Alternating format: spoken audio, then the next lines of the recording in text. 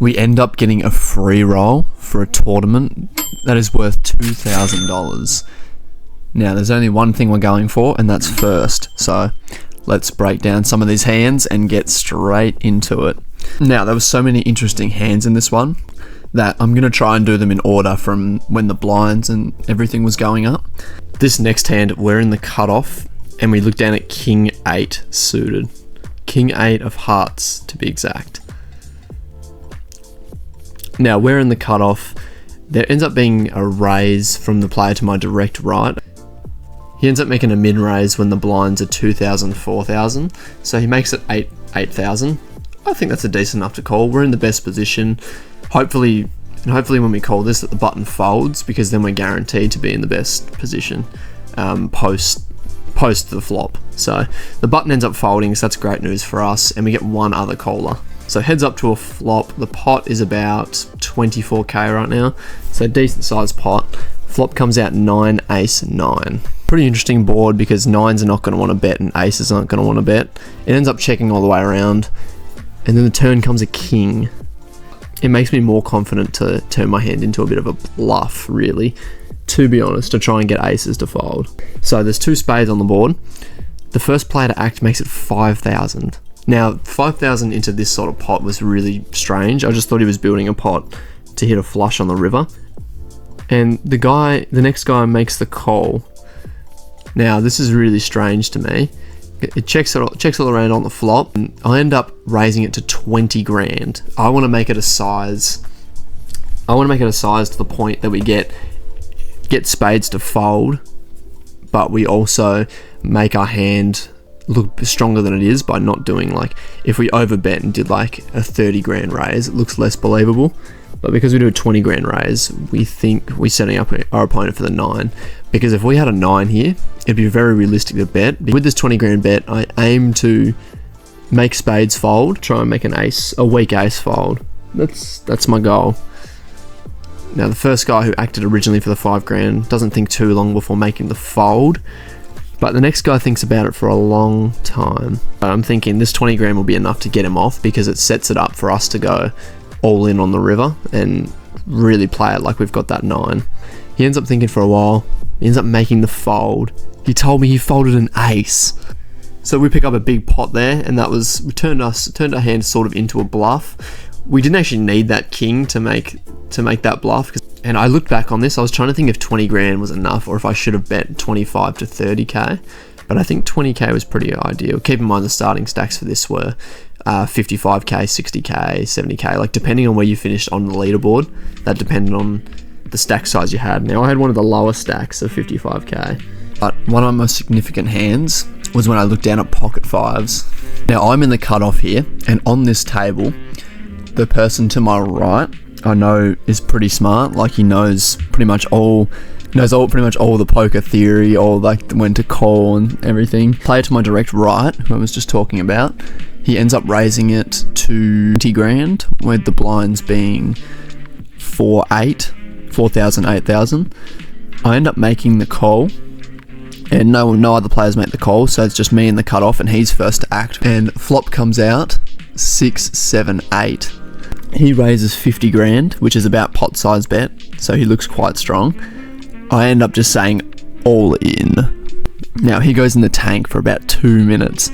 Never seen this guy do this. He stands up, looks down on me. Now, my reasoning behind this all in was I wanted to look like I had a set. I'd hit a set on that board, or a straight. So I think I disguised my hand really well here. I've flopped the open-ended straight draw with the 5, but not the nut straight. That's a big part of this. Now, he ends up thinking for about a minute or so, and he folds and shows me pocket 10s.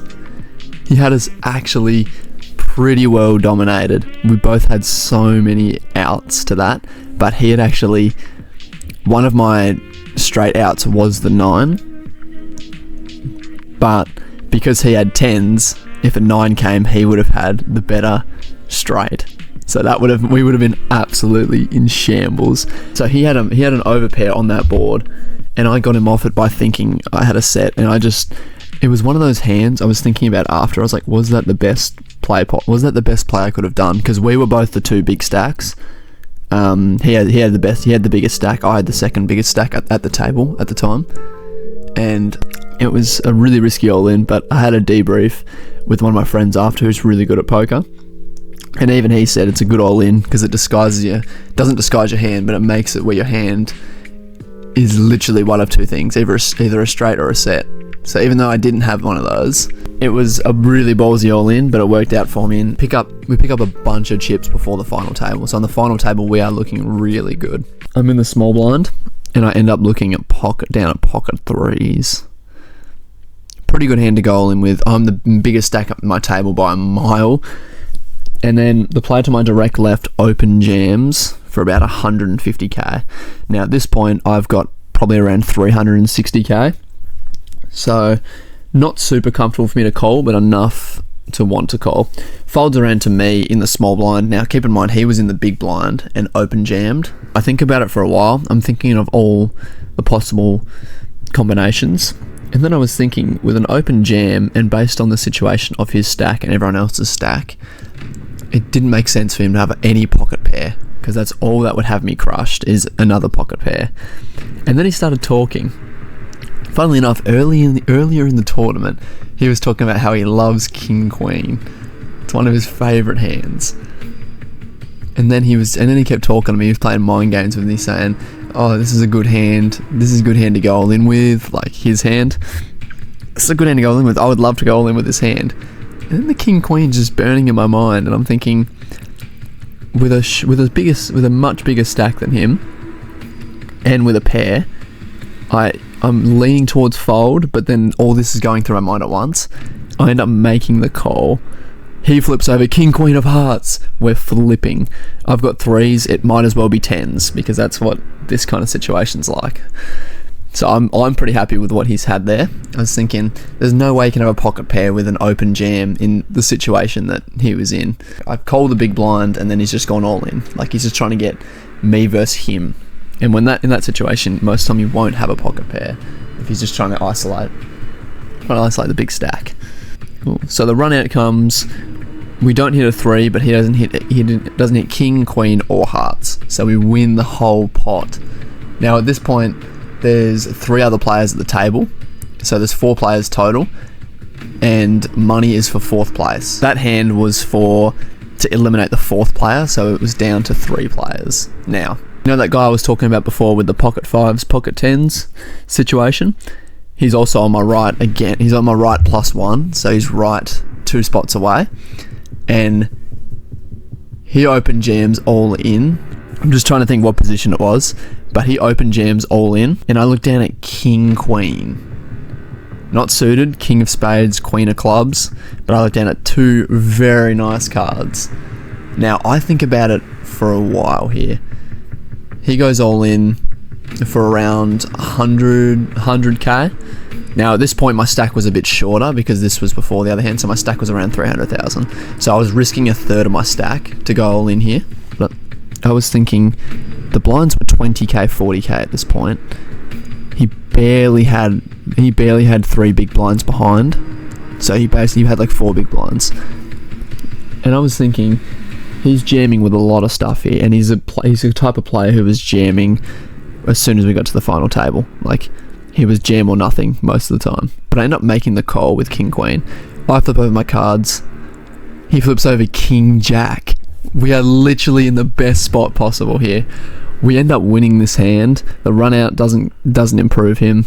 We end up improving to a backdoor flush with the king of spades. So don't ask how that happened. So we eliminated him. He was the bubble. So now there's 4. This is the situation where there's 4 players left, including me. And first prize was 750 tonight, so I was going straight for that. I had the biggest stack, had it all set up. Now, then I eliminate another player with the pocket 3s versus king queen hand. That's when I eliminated the other player. Now at this point, there's 3 players left, including me. We need 2 more to go. That's when we look down at a7 of spades. And we open jam all in, and we get a call. We get a call from king 10 of hearts. That is exactly what we wanted. We wanted that sort of hand. Flop looks a little scary. It brings 2 hearts on, brings on the flush draw, but the turn bricks out and the river bricks out. So we win a massive pot there. We win an all-in. Now there's only one other player that we have to take out.